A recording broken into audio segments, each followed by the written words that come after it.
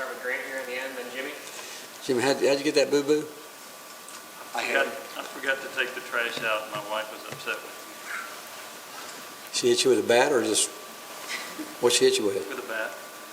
Yeah. You okay, bro? I withstood the pain, though.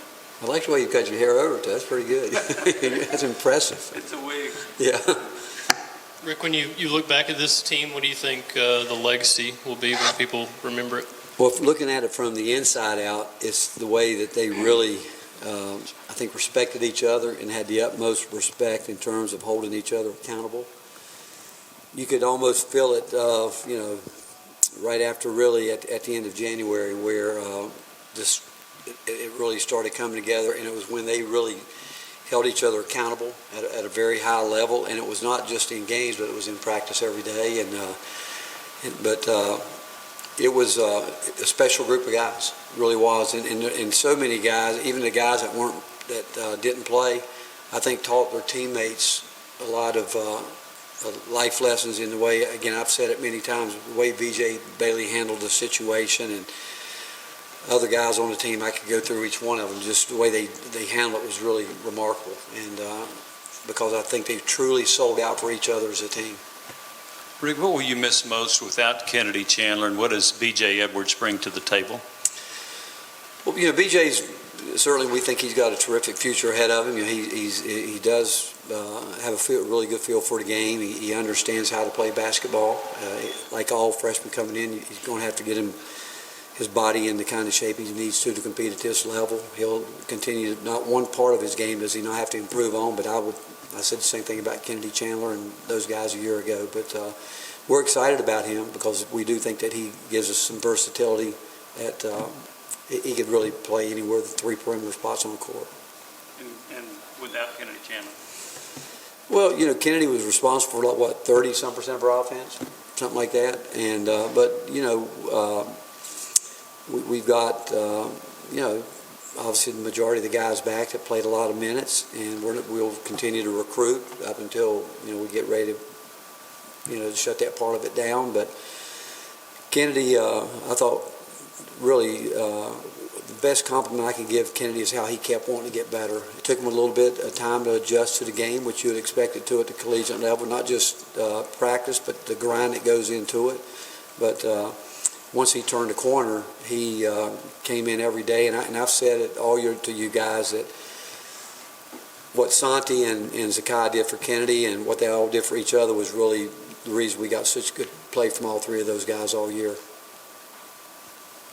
Rick, you guys have 2 openings right now. Do you have a plan positionally for how you would like to address those openings, and what are the needs right now that you maybe see on this roster moving forward? Well, I think our biggest needs is we'd like to get the very best players that we can get that we think will help us, and we want versatility. We really do. Like, we want as many guys that can play as many different positions as they possibly can. We want all the intangibles that you talk about that comes with, that we talk about the DNA of certain players. We want to continue to, we think we can get better defensively. We think that we know that we want to, the biggest improvement that we still think will come from within our program, our players in our program right now. But we're looking at a number of different guys, and we're excited about them, but we'll wait and see how that fall shakes out.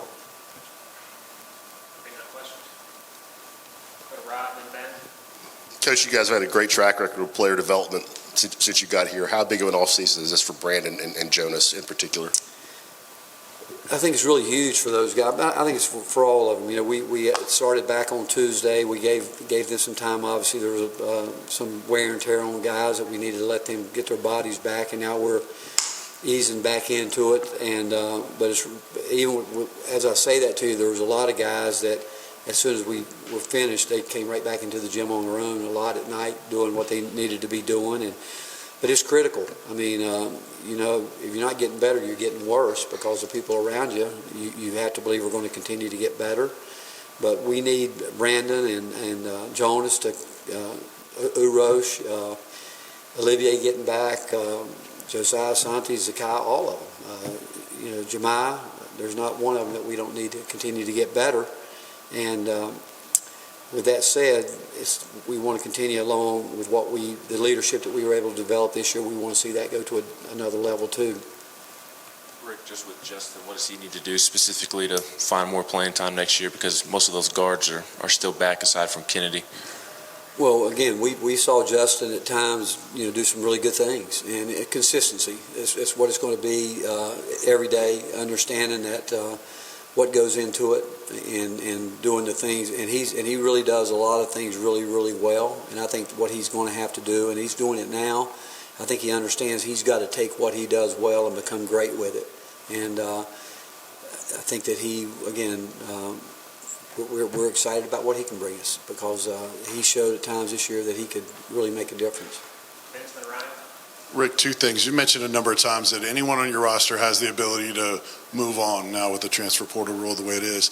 How do you handle that as a coach? Do you have ongoing conversations as the year goes on? Do you have a specific meeting? How do you handle that aspect of kids being able to bolt at any time? Well, we do. At the end of the year, we have our, we sit down as a staff, and we've been doing it forever. But I'll really have the assistant coaches meet with the guys first, and because I just feel like they're going to be a little bit more truthful, I guess, during that meeting at that time, because we try to do it as soon as the season's over with, just to get their feel on a lot of different things. But Vince, I will tell you, we're on top of it all year, and the thing bad about the transfer portal, where it's out of line, I mean, there's more tampering going on in college basketball now than it's ever been before. I mean, guys recruit, I kid all the time about, everybody talks about taking out the handshake line. I said, well, maybe not. That might be the best way we can recruit. Walking through the line and saying, hey, you look good in orange, I mean, it goes on. I mean, right now you hear stories where teams have been recruiting guys all year. And that's the really tough part about it. But with that said, to answer your question, we're not naive to it. So all year long, and when you're dealing with young people, there aren't a lot of secrets, because somebody's always going to talk. But you've got to be in a position that, and it goes back to when I talk about our assistant coaches, with their experience and what they do, they know we know what's going on. And there's nothing that's going on around our program with our players that we don't have a pretty good feel for it. But it's not just at the end of the year, it's the stuff you do. I mean, this year, I've said it, this was really a special group of guys, but it wasn't perfect. I mean, we went through times this year where we were having to deal with issues and that go on that it's not, most of the time it's not the players, it's outside sources that are in their ears, and that's what you've got to be aware of, that we can't control that. We can only control that what goes on within our locker room, and I think the only way you can control it is when you hear it, you got to hit it just right in the face. You got to go right at it, and so we try to do that as much as we can. And second question, what do you see as a future for Quentin Wesson? Quentin's got a decision to make, and Quentin wants to play. And with that said, we've had some talks about it with him, and there is a possibility that he's going to leave, which I think if he does, I think that he will end up going to East Carolina with Coach Schwartz, because Coach is going to hire a great friend of ours from France that really helped us recruit Eve, Quentin, and some other guys. But we all really respect Quentin a great deal. But he looks at our roster right now, and he feels like for him to grow. But I think that's what's going to happen, to be quite honest with you. And it hasn't become an official, but it's going to happen. With Coach Schwartz at ECU now, will one of your other assistants take the lead on non-conference scheduling, or will that kind of be a team effort? No, Coach Polinski was here with us all year, and knowing that if Mike had an opportunity, he had some opportunities a year ago, that he would roll into that. So all year he's been doing a lot with Mike and that role, with not just with Mike, but Mary Carter and Garrett are really, really important in our day-to-day operations with our schedule and with what goes on. Mary Carter and Garrett are on top of everything on a day-to-day basis, more than any of our assistant coaches. But in terms of scheduling and when they sit down and look at it, obviously they're going to put it in front of me. But Greg is on top of that, but all the coaches are like this time of year, like looking to fill out your schedule. They're all, if there's contact somewhere, they'll call and ask about possible games. And we're in contact right now with some really good teams that I think our fans will be excited about. But it's so hard putting it all together from both. I mean, scheduling is really difficult because of we don't care oftentimes where we start, but we're trying to balance it with like for instance, the Wisconsin game. That's been put off for the last couple years because it just wasn't the right time for them, and it wasn't the right time for us. And when you deal with people like Wisconsin, they're great about they're not trying to just manipulate it to work for them. We're not trying to manipulate it to work for us. We're just trying to do the right thing for both parties to get it done. And the scheduling, it's an art to scheduling, and it's really, really difficult. But I would say, to answer your question, all the coaches, we're always, in our special assistants, they're always on the phone calling people about games. Hey, Coach Barnes. Santiago Vescovi said that you encouraged him to go through the NBA draft evaluation process. What was that conversation like, and how beneficial will that be for him? Who did you say? I didn't. Santiago Vescovi. Well, I think it's important for all of them, and I think they have that opportunity to do that. And I think that when the time comes where they feel like they're ready to do that, I think they need to do it. I do, because a year from now, Santi's going to have a lot of different options that he can do. It's like a test run for them, where they can get there, get feedback. I would say that there's not a program in the country that has a real advantage like we do with Coach Polinski being here, because he spent 23 years, so he's able to spend a lot of time talking to what that's going to be about, what's important there. But with that said, they need to go through it. They need to sit there and go through the interview. They need to hear the feedback, and so a year from now, when it's time, that they're so much more comfortable with it. But we would always encourage those guys to take advantage of that rule. Coach, back here again. Going back a few weeks ago, you go from winning the SEC tournament championship to then losing and your season ending in almost a week. Just how did you navigate that emotionally as a head coach, and how you coached your team? It's really hard when the season comes to, and when you've been doing it as long as I have, it's going to only one team's going to be really, truly ecstatic. I've said it before. You lose in the championship game, semifinal game, you lose. It's such a sudden halt that it's tough, especially when you have high expectations, when you want it all, and so it does leave a bitter taste in your mouth. And when I got home that night, or whenever it was, I can't remember exactly. I didn't go to bed. I came in.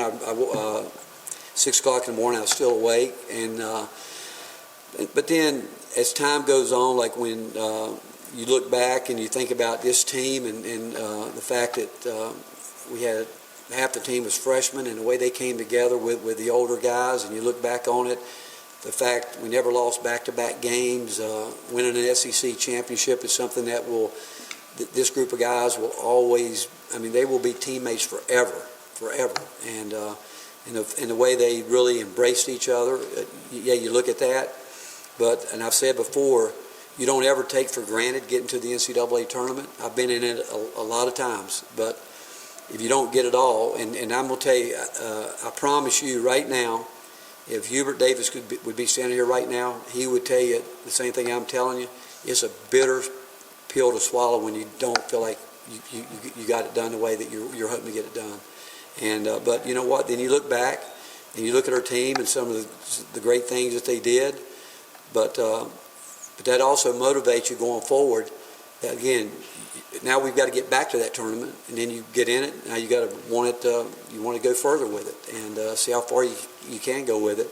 And as you notice this year with different teams like St. Pete, those teams get into tournament.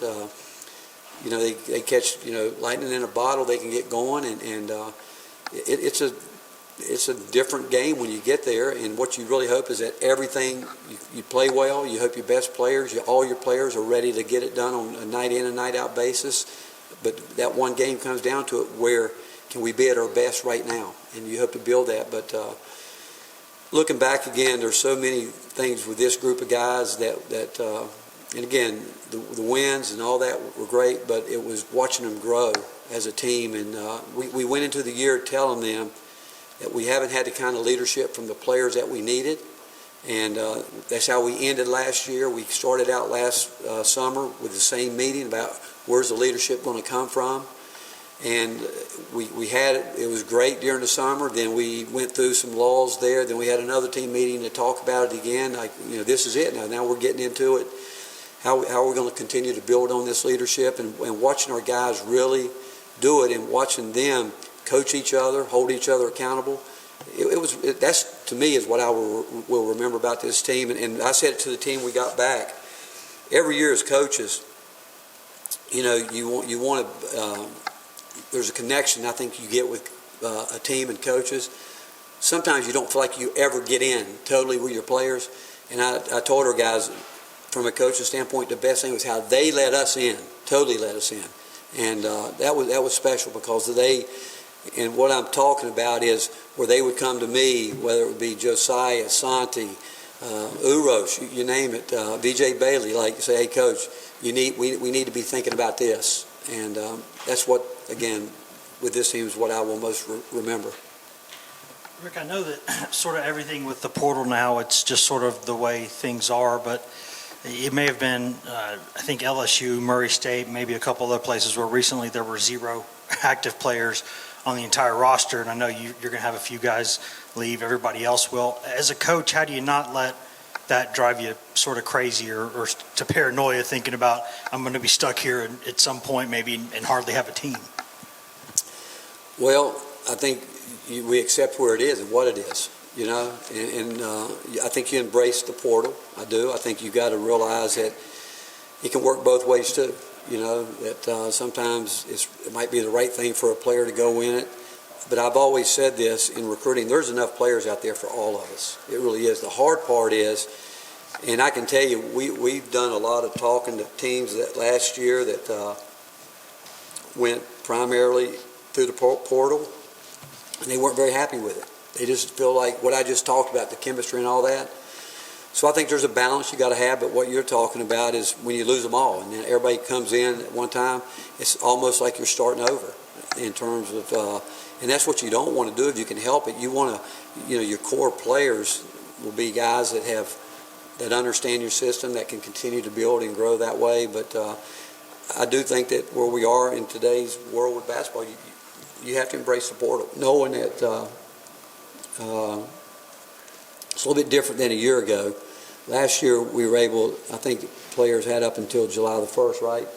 It's something like that, and this year I think it ends May 1st. So that's a big difference. I mean, wait until July to put your team together, or wonder, like you were just saying, what's going to happen between now and July, because we all know that there's people out there that's going to continue to recruit players, try to recruit players away from programs, ours included, and so we have to, but I think moving that up to May 1st is much better for all of us. Him to test the NBA waters? Yeah, I think it's good for him. I do. I do think. I think he'll do that. Joe is a very methodical, well thought out person, and and he'll do it based on how he feels. When he decides he wants to announce whether he's going to do it or not. Secondly, what is the key to making a long run in the NCAA tournament? Well, you know what, Jimmy, I think if you ask anybody that, there's a lot of things you can talk about, the ifs, ands, and buts about it. But I think there's no question talent is very important, leadership, all the things that we talk about as a team is important. Matchups are important, like I will tell you, I watched the Connecticut women play North Carolina State in Bridgeport to go to the Final Four, which a number 1 seed's having to play a number 2 seed basically in their backyard. And I said I didn't think that was right, but then I thought back when we went to the Final Four, we got to play in San Antonio. So, and if you don't think that's an advantage, it isn't an advantage. It is, because I can remember we had 36,000 Texas fans in San Antonio that day, and so it's big, obviously, but so there's a lot of things that go in it. But then you know your players. At that point in time, we're going to go through. If you go in and start, and I made this mistake at times earlier, where you make it bigger than it is, because they already know it's big. I mean, that's what they've played for. You can put undue pressure on your players. And so, and again, through the years, talking to a lot of different coaches through many years, you want to try to keep it as close to what you've done in terms of their preparation, that where you keep them in that groove, that rhythm. And then you go back to games. I mean, we all know it gets down. I mean, you go back to the semifinal game, North Carolina, that shot that Caleb Love made at 3, that's a huge play. I mean, and then the next day or 2 days later, he had a hard time making shots. And so it's basketball, and what you really hope, and that at that point in time when you're playing, with all the variables you can put into it, you're just hoping your players are at their best. You hope as a coach you're at your best, and you hope that. But it's difficult. It is. It's to win it, and so teams that get there more often, consistently, are the ones I think can learn from it, understanding that they're able to really knock out all the outside noise, because it changes, and you guys know it. When you get there, the excitement around it, which you want your players to enjoy it. And I thought our guys handled it well this year. I really did. I thought that they were really. Going into it a year ago, it was so different, and this year, going back, I just thought their focus overall was really good through the whole, the 2 games that we played. Rick, in the past, you've chosen to hire assistant coaches from outside of who's currently on your staff. Why did you choose this time to retain your role, I guess, promote GP and make him that third staff member? Well, I've known Greg for a long time. When I left Alabama in, I think, '86, he took my place. He had actually left Texas to come back to Alabama, was there, and then left and went to Georgia Southern 4 years, and then he spent 23 years in the NBA. And through that time, we obviously stayed in contact. And when he decided that he was going to step away from the NBA a year ago, and we were talking, and I said, here's what I think is going to happen. I said, Mike Schwartz is a terrific coach. He's had opportunities to leave.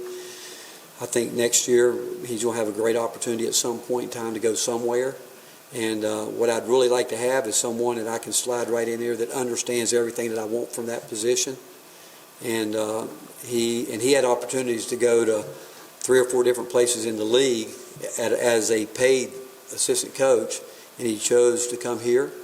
And I will tell you this, in his role, I'm not sure I've ever seen anybody be more effective in the way he came in. But he understands people, he understands the game, but the way he connected with our players. And I remember at one point in time this year, I was talking when it was pretty obvious that Coach Schwartz was going to leave. Josiah and I were together, and I said, you know what, Joe, I'm going to, I brought Coach Polinski here to put him in that role. And he said, why wouldn't you? He said, he's the right guy for it. And the way he's already connected with our players. And so knowing that, and believe me, it's a whole lot smoother right now than it's and he loves it,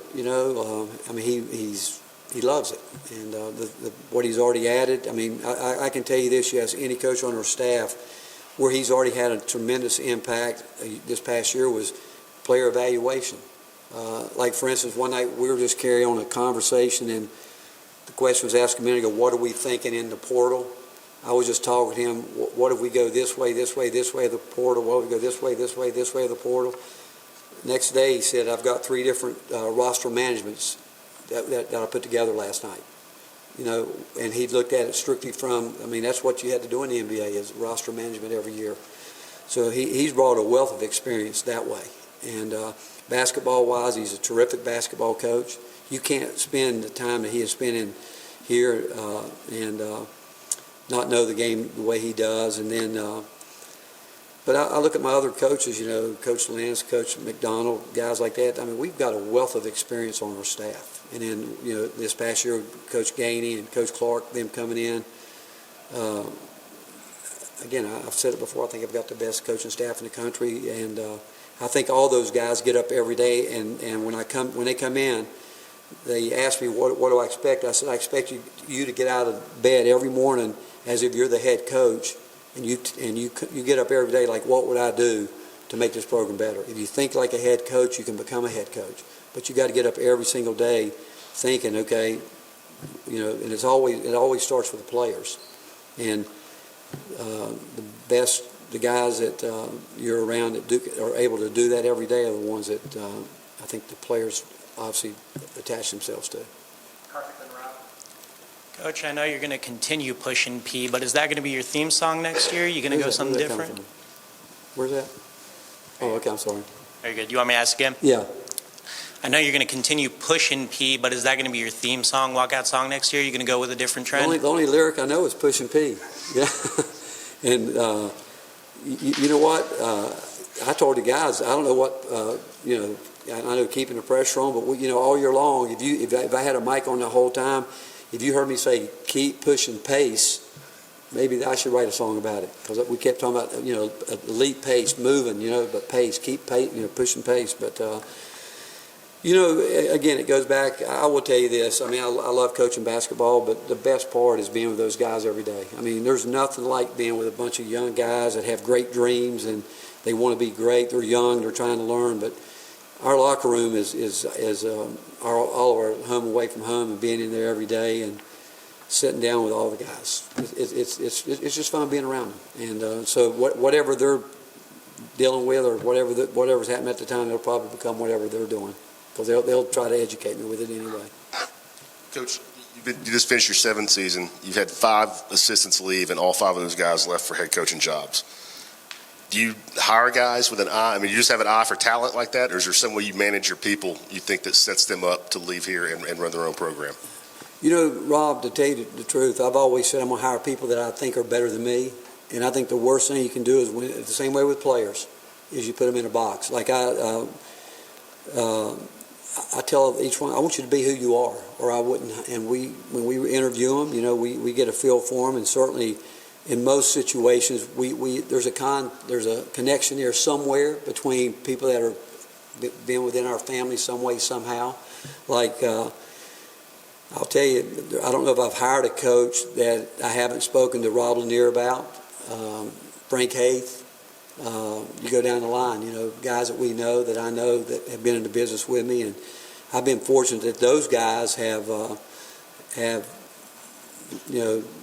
led me the right way. But when they get here, what I just said, I said, if you want to be a head coach, you got to think like a head coach, and the quicker you can do that, the better off you are. And I mean, I really do try to talk to our. I've said before, I'm not a big staff meeting guy, because I think when you go in the room, it can get going in a way where some guys can really add something, but maybe they don't want to speak up the way, thinking, hey, well, this guy's been here longer than that. But what I've learned, if I can talk to them individually and say, tell me what you're thinking, and then if I'm willing to listen, they really give you good advice. But I want them thinking like head coaches. I think that they've got to understand, and I tell them all, you need to know, like I would tell Justin Gainey, you need to know what goes into what, say, Mike Schwartz did with scheduling, what goes on there, what Mary Carter does every single day, what Garrett does every single day, what goes on with their academic people. They need to understand what goes into a program. Like, this year we've asked a couple of our coaches to interview for some other jobs, and I've said there's certain jobs you need to really interview the person that's interviewing you, and just find out the commitment that they have. Because like Mike and I have spoken every day since he's been gone, and he'll have some questions. Riley Davis, who was here, who's on his staff. Jake Morton, when I was a first-year head coach, my 2 top recruits when I became a head coach 35 years ago, my 2 main guys were Hubert Davis and Jake Morton. That was the 2 guys I've spent weeks with trying to get them to come to George Mason. and he's on Mike's staff now. So we were talking last night at 11:30 about some different things, about honestly the transfer portal, what they were trying to do, but it's believing in people, and I was fortunate when I went to George Mason, Rob. Joe Harrington said to me, "You're going to see how a program has to be built from the ground up." He allowed me to be a part of everything that he did. And that's what I've tried to do with all my assistant coaches, to give them a chance to see it from every possible angle you can see it with. Like, they don't, for instance, most of our guys, when they first get here, have no idea the impact that Mary Carter and Garrett, and they're hands-on with our guys every day. Every day. You know, and I will tell you, our players, if they have a question, 9 times out of 10 about something other than basketball, they're going to go to Mary Carter. 9 times, really, probably 10 times out of 10, because I mean she's that important with our program. And so when Mike left, he actually hired a young lady that sat out front in Thompson Bowling, Jessie, who, how long has she been there, Mary Carter? And just walking by every single day, saying, "Hey Jessie, how you doing?" Talking to her. And Mike asked me one day, he said, "What do you think about hiring Jessie?" I said, "She'd be great." He said, after being around Mary Carter, I'd like to have a female in that spot. And he hired Jessie. And because she had mentioned it one day, she wanted to get into sports administration and do what Mary Carter does. And so there's so many things that go on behind the scenes that I don't think people realize, but it goes back to the coaches. If they want to be head coaches, they're going to have a chance here to experience every facet of it if they're smart and they take advantage of it. And those guys, and I would say, Rob, those guys that have left, they did that. They really did. Finish up with the big guy in the back. Hey, Coach. I have 2 questions for you. My first question is, in your time here, who's been your favorite walk-on? Not you. No, actually, Ken, it is you. You know why? Every day when we get ready to do something in practice, Kent will say to me, "Coach, how much on this shot?" And I would start it out $100. And then he would miss. I'd say double or nothing. He would say, "Okay, just so you know, I'm up to about $35,000 with him." And my question is, when are you going to pay me? You know. My second question is, who's your pick for the Masters this weekend? Well, you know what? I want to go back to the first question about our walk-ons. Our walk-ons are such a huge part of our program. Like we're trying right now. I mean, our scout team and what we want with our walk-ons. And I promise you this: if you ask Kent this question, do we treat him any different than our players? We don't. I mean, I hold him to a high standard, and he comes in every day ready to go do what he needs to do. Isaiah does. I mean, I go down a lot. We've had some terrific walk-ons here, but they're really important to our program. And I guess, you know, while I was at Texas, 2 players that I got to meet when they were 7th and 8th grades were Scotty Scheffler and Jordan. And, you know, but sentimentally, I think I'm pulling for Tiger Woods. Because I think back, I had a book one day. I had a book that Winners Never Quit and Quitters Never Win. That was written way back in the 60s. And I remember the story written about Ken Venturi, who was a guy that had a really tough, really bad automobile accident. Great player, he was a guy. And I think he came back after that accident. He won. I don't know if he won a major, but he won a big tournament, which they thought was just a heroic, historic event that he were able to come back. And I'd like to see, you know, Tiger do it and see if he could do it. But Jordan Spieth and Scotty Scheffler, guys I know, I mean, obviously they, and I knew them when they were real young, but I'd like to see Tiger get it done.